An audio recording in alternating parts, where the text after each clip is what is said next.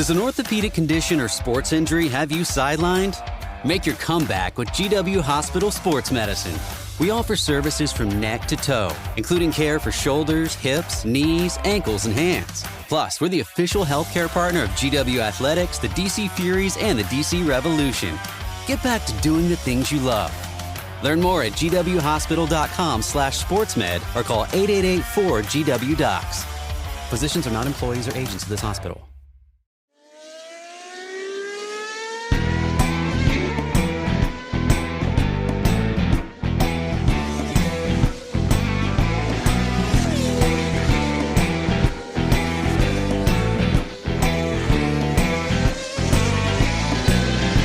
Welcome everyone to the What Else Did You Expect Was Going to Happen Grand Prix review on the Inside Line F1 podcast. It's the Belgian GP. Verstappen has won here from P14. Of course he was going to dominate here from P6, but that's not the point of this episode. The point is to discuss the biggest surprises and how exactly they took place. And the biggest surprise of them all, ladies and gentlemen, Formula 1.5, Sergio Perez is a winner, Kunal. Did you expect that ever? I really didn't know that was the biggest surprise. I thought, I don't know if I'm supposed to banter now or speak serious stuff, but I thought the serious surprise was McLaren's lack of pace. But yeah, if you're going to talk of that, then of course Checo Perez's showing of pace was one of the serious surprises. Another serious surprise: Fernando Alonso making a rare driver error, as did Carlos Sainz. I realize I've just thrown so many narratives in just the opening minute of this episode. But that's the beautiful part, isn't it? This race, although boring while watching it, at least that's my opinion, and we will get to discuss this and get your take as well, Kunal, in the middle of the episode. It just has so many narratives to play and build up on. So let's just do exactly that in this Belgian GP review. But before we proceed, we need to tell you who we are and what this is all about. Welcome to the Inside Line F1 podcast. We're one of the top 1.5% most listened podcasts in the world. And my name is Somal Arora. I'm the host of the Indian Racing League on Star Sports. And joining me for this episode is Kunal Shah, an F1 analyst and consultant at the Viaplay network in Norway, who was also the former marketing head of the Force India F1 team. We did an event together, Kunal. And luckily we were able to do two events, which was amazing in Mumbai. We had one in Malad, one in Dadar, when F1 Stats Guru was hosting in Malad with Siddharth. And we had you and me in Dadar. And in Dadar, I remember both of us had a really amazing post-race show where everyone was just so unwilling to talk of Max. Let's just give 1 minute to Max and then move on to the rest before we move on to the big surprise of Sergio. Every time we say 1 minute to Max and then we spend 5. It's that one point which Lewis Hamilton took away from Max Verstappen on the last lap of the race, which is, of course, in his battle or Lewis's battle for P3 in the Drivers' Championship, right? But I think fantastic driving by Max. Like I said at the event, there were at least 100 people across both the venues. And like I said at the event, I love the human performance angle when it comes to Max Verstappen's dominance. Yes, he's breaking records and stats, and Sundaram is always scratching his head saying which is the next stat he's going to break and when earliest can he win the title, etc., etc. But I love the fact that every morning Max Verstappen wakes up on a Thursday, Friday, Saturday, Sunday, at least those 3 or 4 days of the week, he's able to deliver what is called ultra performance, whichever circuit, whichever conditions, whoever. And he's had new rivals pretty much in the last 5 races and he's beaten them all. And I love that. I would love to be like Max Verstappen. In terms of human performance, that is A+, platinum grade class, whatever you want to call it. And he was not phased at all. When you saw all the other drivers making an error in the sprint race with their pit stops, Max Verstappen couldn't care less. The guy just had to do one extra lap to pass someone else. It's okay. It's totally normal. And I think the difference that you see between him and all the others, Kunal, was in one photo that Albert Fabrega posted out on Twitter about the tire degradation. Now, I know a lot of it also comes down to the way Red Bull has built that car, and kudos to them as well, the way they're maintaining it. But if you see the difference in tire degradation between Verstappen, Piastri, and Gasly from that sprint race, it speaks volumes of how comfortable Max is and how at one with the car he is, which is amazing to me. And on the other hand, you have a driver like Piastri, a lot of rough edges, lots of raw potential, but you could just see the way he was managing the tires, and ultimately that's been turning out to be his bane for the last few weekends. That's true. We couldn't see what Piastri's learned, given Piastri went out pretty much on the opening lap. But we'll talk about Piastri later. With Max Verstappen, you mentioned his consistency. It is also his tire degradation is so much little. The image that you're talking from Albert Fabrega actually shows the tires and how little they have degraded on Max's car versus Piastri and several other rivals that he's had. And F1 Stats Guru, who's not speaking right now, but he's listening in, actually sent some very interesting stats. So had Lewis not taken the point for the fastest lap in Spa, Max Verstappen would have scored 100% of the points for the fourth successive weekend. Oh boy. Right? And we already know Verstappen is now equal Alonso's record of winning races from most different grid positions, 9 in this case. Especially on a weekend when Fernando Alonso made the rarest of rare errors. He crashed. For once, he was not the most disappointing driver in Aston Martin, which I can't fathom mentally. That's just not possible. But do you ever remember that happening, Kunal? When you talk about peak performance, Alonso has also been someone who's embodied that quite a lot. But so rare, Alonso crashing. I mean, what would be rare would be to see Mika Häkkinen back in a Formula One car, but that's just so unlikely. I think, and what was more unlikely is it was Alonso chasing, I think it was Hulkenberg when he went on the white line and sort of just went off. But that's what you get with tricky conditions. And then this happened on the Saturday in the pre-event show yesterday where we met guys. I actually told people, watch out for Fernando. He's going to be angry with himself for having committed a rare driver error. And guess what happened? Fernando was up there. He was making all the moves. He made a strategy work, which was different from the others. So all in all, I mean, lots of interesting narratives, including Fernando Alonso, I would say. Yeah, it was just about as rare as finding a ticket to Oppenheimer these days. Those things cost a lot back here. And I really appreciate the fact that all of you folks who turned up yesterday chose to watch an F1 race with us over Barbie or Oppenheimer. I know there's no competition with Barbie, but still, it's a huge, huge statement to make from your end as well. And we really appreciate the fact that you all came and joined us. And there is also going to be another event on the 9th of August.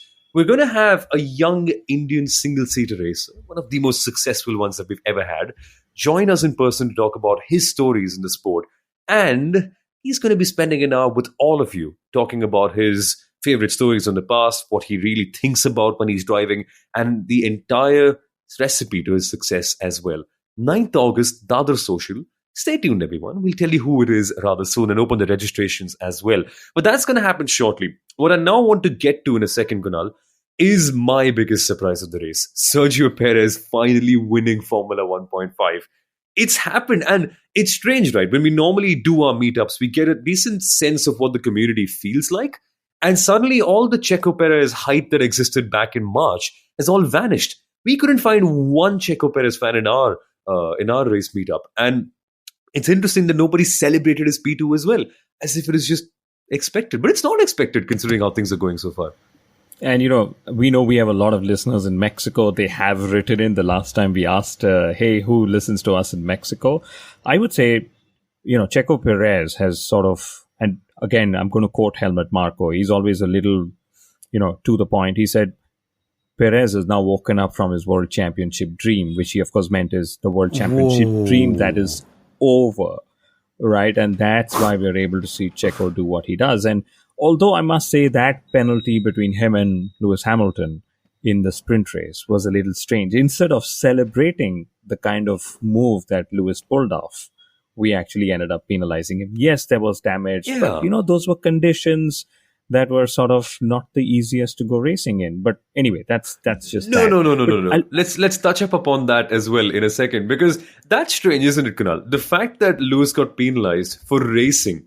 And again, if you look at the corner, look at the onboards, if you want to go all technical, he was holding the apex. Obviously, he would come out on the outside line. 2 into 1 doesn't go. It's a fair racing incident. If that's the case, I think footballers should be given a 2-game ban for sort of degrading their equipment when they kick the ball too hard, or when they shoot from 30 yards and then the ball goes in and rips the net off because they broke the net. Come on, what the hell? If you get penalized for racing, what's the point? But isn't it a strange penalty to hand out eventually? It's a very, very strange penalty to hand out. But that's just how it goes with the FIA. And I'll tell you two serious, not serious, two surprises from the weekend. First was second race in succession that the winner's trophy was broken. This is a stat for F1 Stat Guru. Has this happened before? Two races in succession. He's actually nodding his head. Nobody can see it, but yeah, two races in succession where the winner's trophy was broken. This time, Lando Norris was not on the podium, but Red Bull still managed to break it, right? But they've just got so many of them. They can sort of break one or two. At least one from Hungary is getting replaced. I don't know about the one from yesterday. The other thing still within the Red Bull garage is Jean-Pierre Lambies. We all know GP, Max Verstappen's race engineer, who I know from my Force India days as Paul di Resta's race engineer, right? Now, GP was hired by Red Bull Racing to actually race engineer Sebastian Vettel. But Vettel left for Ferrari, but he said, guys, go and hire GP. And guess who GP worked with? Daniel Kvyat, before Max Verstappen came to Red Bull Racing. Now, I was just giving this bit of history, but GP talks to Max as though he is his biggest rival. It's like the only person Max cannot dominate, beat at a Grand Prix weekend is GP, right? Yet GP is his biggest, his most able wingman, his biggest ally. And I love the honesty. I love that whole, dynamic that they share with each other. I mean, you'd not imagine that anybody can talk Max Verstappen into his cockpit, since into his seat is what we'll say. But yes, GP does that. And I love how the relationships are so different between GP and Max, and also Lewis and Bono. Whereas GP acts more like a mentor, talking Max through what needs to be done.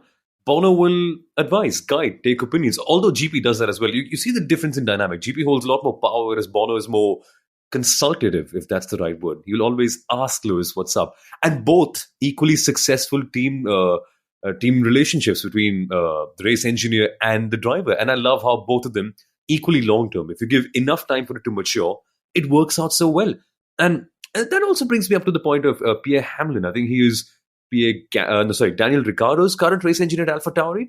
The way he was also managing Ricciardo in Hungary, just listening to the radios, it was incredible, because at the end, you could see how the race engineer plays such an important part in guiding the driver through the race, making sure that they're in the right mental state of mind. And for someone like Ricciardo, who is just returning back into the sport, the amount of questions that Pierre Hamlin was asking and the amount of precise information he was giving, I think it makes all the difference. And it's a really underappreciated aspect, this one. And so what GP is doing, I think, equally critical to what Red Bull's success is.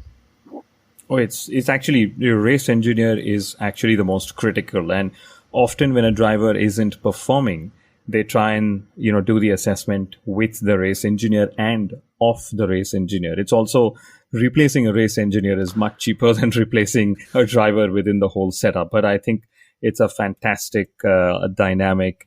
And, I'm sure, fans who watch the sport as closely as we do can actually recognize the voices of the race engineer. Sometimes I'm just like, yeah, I know that's Leclerc's race engineer, who we all make fun of, by the way. And I know that's Carlos Sainz's race engineer, but, it's a fun thing. And we will try and get a race engineer on our show one day. I'm pretty sure it'll be good to try and get a perspective. Maybe it could be GP for all we know, but yeah, yes, we can see if we are able to get him. But another funny thing is that the Nico Rosberg jinx worked. Even though he was not allowed selfies at the McLaren garage, and he said, guys, I'll come to the factory and take that selfie. That jinx worked for Oscar Piastri, who was out on the opening lap of the race, which was a bit of a bummer, because I was waiting to see what Piastri could do, because we saw what he did on the Saturday. And the strange part is, yes, yesterday in the event, I said it was Piastri, his lack of experience of racing, etc. But when you look back at all the replays, it was actually Carlos Sainz that just took Piastri in, hoping that Piastri will disappear. But of course, there's a wall at the source, which got Piastri's front right. And what a shame, isn't it? Because I remember this happening from 2016 as well, where we had Verstappen, Kimi Räikkönen and Sebastian Vettel all sandwiched into that one corner. And when I was making my pre-race notes, I was desperately hoping for something like that not to happen. Because it's not like Formula One cars today are like touring cars, right? When you touch, the car instantly goes away and fades away. Quite like what we saw with Sergio Perez in the sprint race.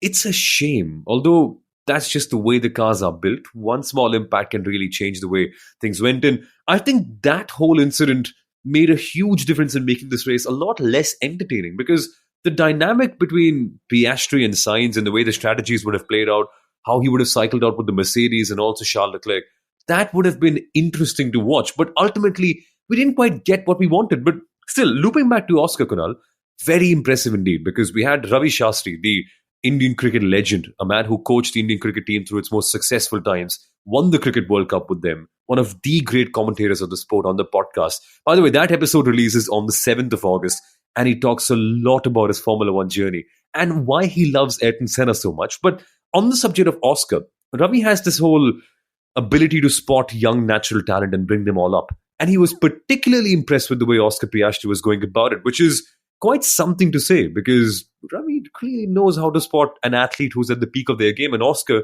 he's really just getting in there. I mean, that qualifying lap, my word. Watching Lando Norris through the last couple of corners, every single qualifying lap, you could just see that the car just wouldn't turn in as smoothly as it should. But with Oscar, it just worked. He's finally beaten Lando on merit. He's beaten Lando on merit, which I think is great for his future prospects. Will McLaren be the team where he'll stick along? Will he move elsewhere? I think, like I said, when the whole Piastri Oscar gate happened last year, I said McLaren is bringing him in. Fiasco, yeah. McLaren is bringing him in to Formula One, but they are not going to be the ones who enjoy success with Fiasco or Piastri in Formula One. At least that's my loose judgment, or whatever you call it.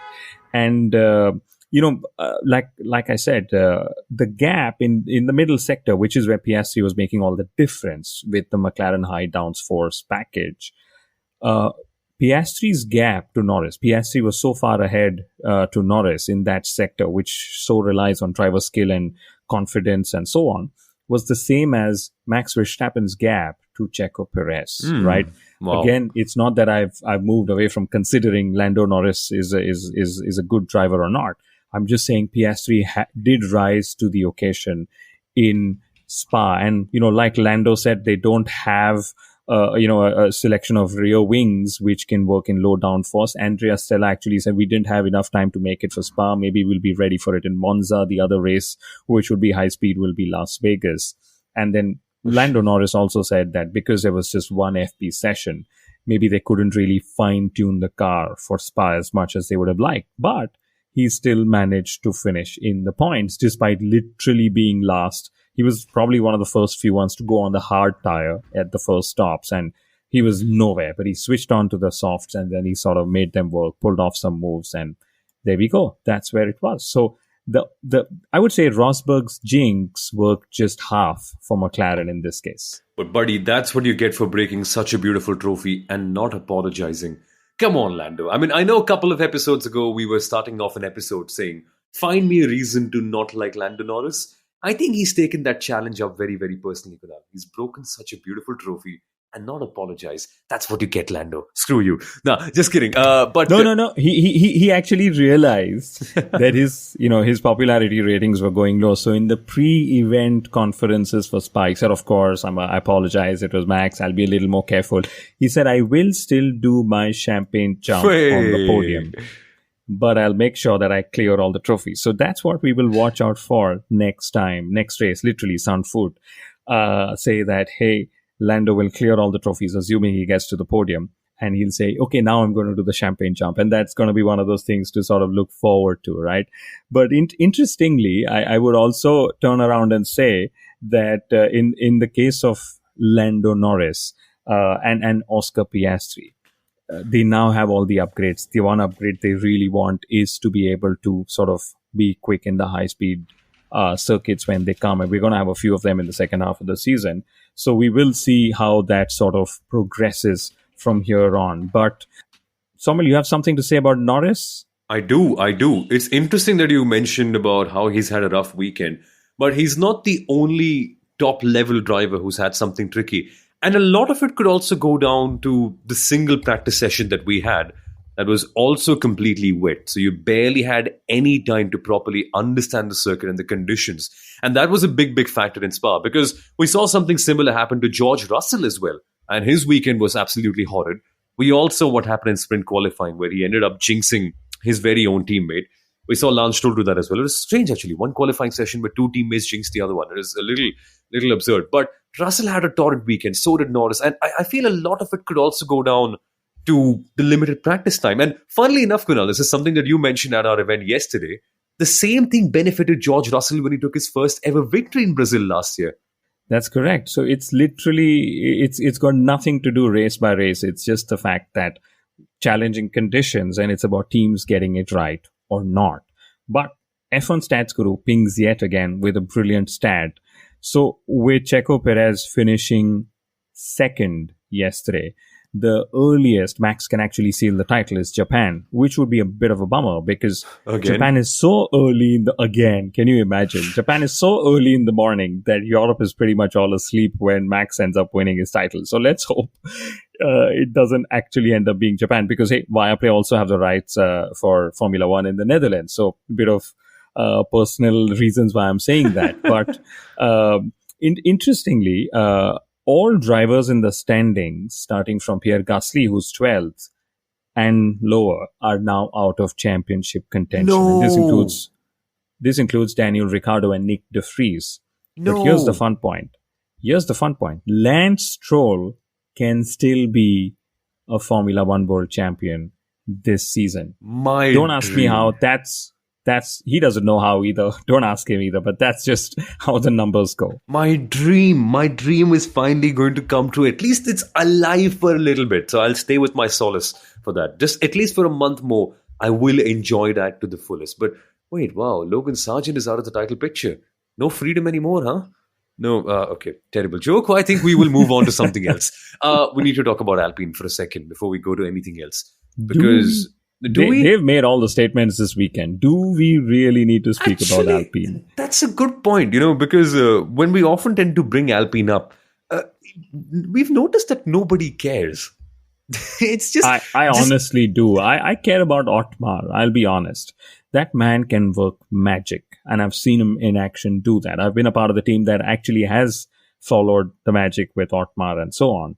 And he made a statement saying, you can't get a woman pregnant in less than 9 months. And he made a biological statement. No. Let's actually highlight the statement, because it's the most incredible quote to come out of a Formula One season, right?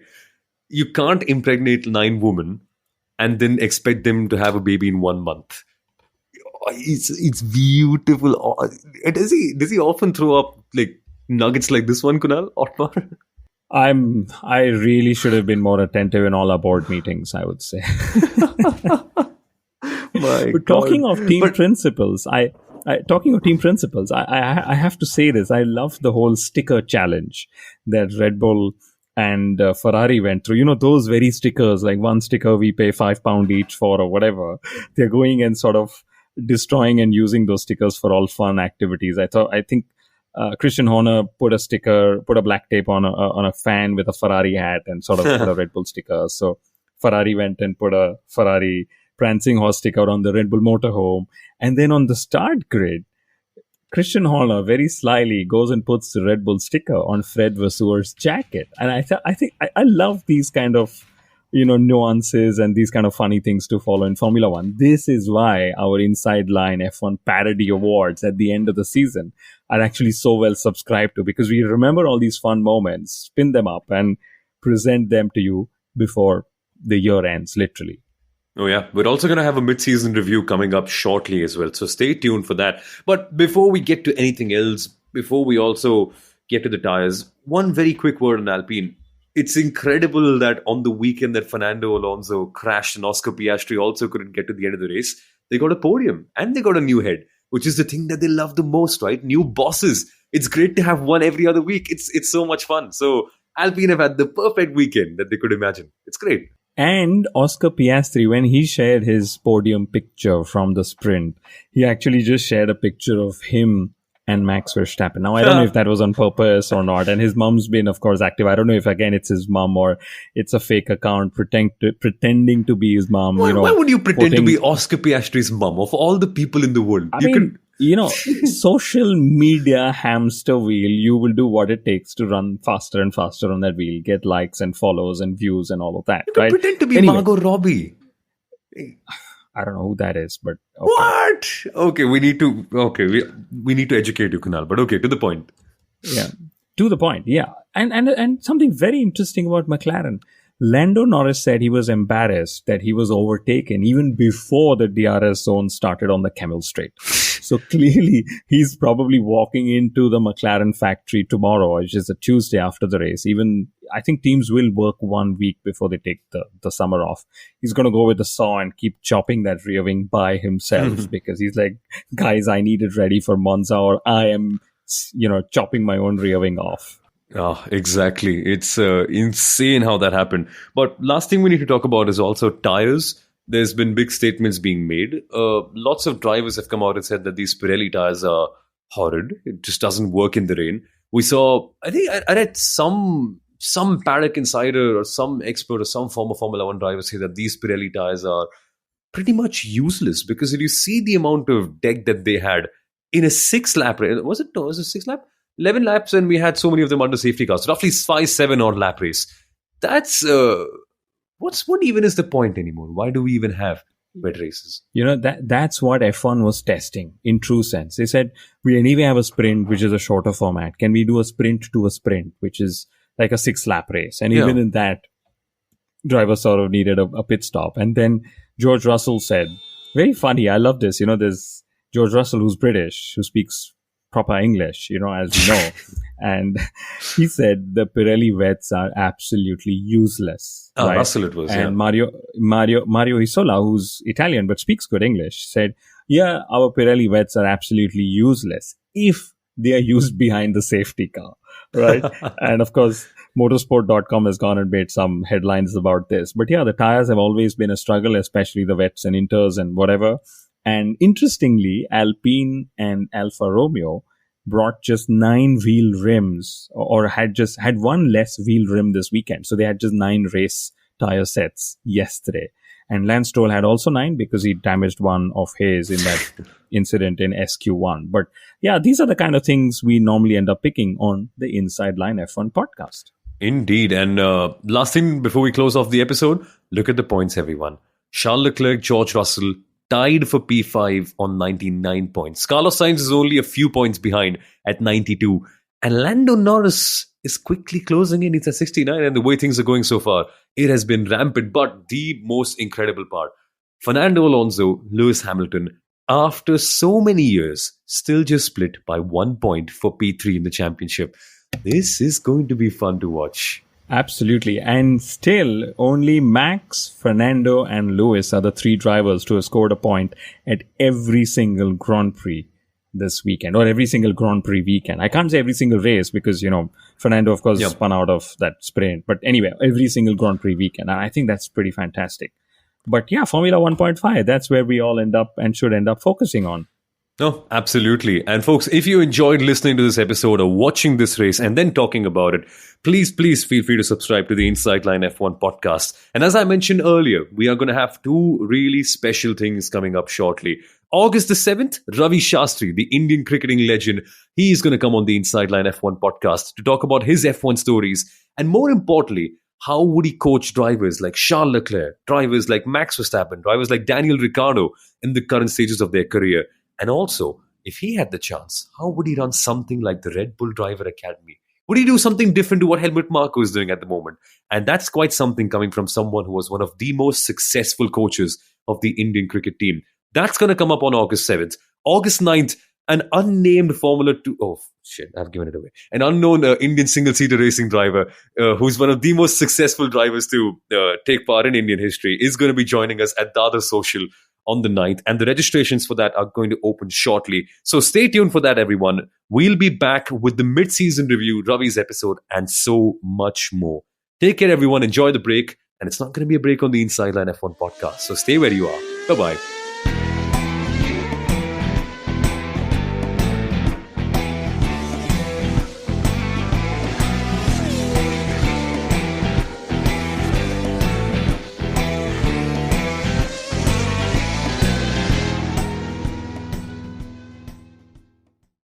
On Florida's Space Coast, we think you can have the best of both worlds. Kinda like right now. Driving, at your desk, maybe at the gym, but you're also grooving to some music. Visit us and you'll go to the beach and see a rocket launch. Or go kayaking and manatee spotting. It's all waiting for you on the only beach that doubles as a launch pad. Plan your adventure today at visitspacecoast.com.